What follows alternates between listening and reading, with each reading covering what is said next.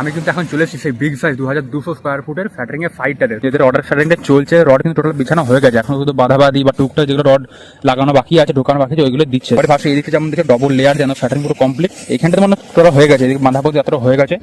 এদিকে এসে দেখায় এতদূর পর্যন্ত বাঁধা হয়ে গেছে। সিঁড়ি ঘরে ওইখান থেকে ওই দিকটা কিন্তু এখন বাঁধার কাজ চলছে। এখানে কিন্তু মাঝে মাঝে ছোট ছোট বাটিগুলো বসেছে, সার্কুলার যেগুলো হয় বাটিগুলো, এখানে কিন্তু এখন পাইপের কাজ বাকি, যেগুলো কিন্তু কমপ্লিট হয়নি। কাজ হচ্ছে আর এর পাশে সামনে একটা দেখছি পুরো ডাম্পার ফেসে গেছে, পুরো বালির ডাম্পার। ওই জন্য এখন মনে হচ্ছে ক্রেনটা কিন্তু ওই জন্যই এসেছে। তো গাইস যেমন দেখছো এখন কিন্তু একটা নয় দুটো ক্রেন, একটা ভিতরে একটা এই যে বাইরে, এবারে কিন্তু তুলছে পুরো।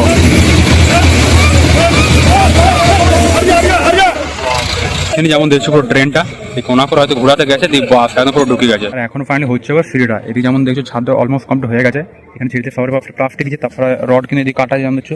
তো গাইস এখন কিন্তু ফাইনালি চলে এসেছে নেক্সট ফ্ল্যাটটা সাইডে। এখানেও কিন্তু ফ্ল্যাটিং এর কাজ চলছে, এখানে কিন্তু সিঁড়ি ঘরের সেটিং হবে। ওইখানে যেমন দেখছো একদম পুরো পাহাড়ও উঁচাই নিচে পুরো ডাইরেক্ট গেলে একদম গল্প। এইখানে যেমন দেখছো সবারই ফার্স্টে কিন্তু আপাতত সেই চ্যানেল যেগুলো হয় পুরো লম্বা লম্বা, এদিকে ওইদিকে টোটাল কিন্তু জয়েন্ট হয়ে যায় একদম পুরো। এখান থেকে শুরু, এই জায়গাটা হচ্ছে মেন ঠাকুর ঘরটা, তারপরে হচ্ছে সিঁড়ি ঘর, তারপর ওইদিকে একটা রুম, আর ওইদিকে একটা ব্যালকনি আছে, ওটা একবার কিন্তু টোটাল ঢালাই হবে। কিন্তু সিঁড়ি ঘরের সাথে একবার এসছে, ওই জন্য কিন্তু রুমের হাইটও যেমন অনেকটা উঁচু। এইটা হচ্ছে লিংটনটা 8 ফুটে, তার উপরে কিন্তু আরও 4 ফুট মতো আছে। এখন এই যে ওই রুমটা হয়েছিল ঠাকুর ঘর, ওর যে এখন ছাদটা ঢালাই ছিল, মানে এইখানে যে মিডিলে ঢালাইটা হয়েছিল, ওটা যে ফ্যাটারিংটা করা হয়েছে ওটা কিন্তু এখন আপাতত খোলা হচ্ছে। তাহলে এই ছাড়ি পরে উপর যখন ছাদের সময় ওখানে কিন্তু লাগানো যাবে।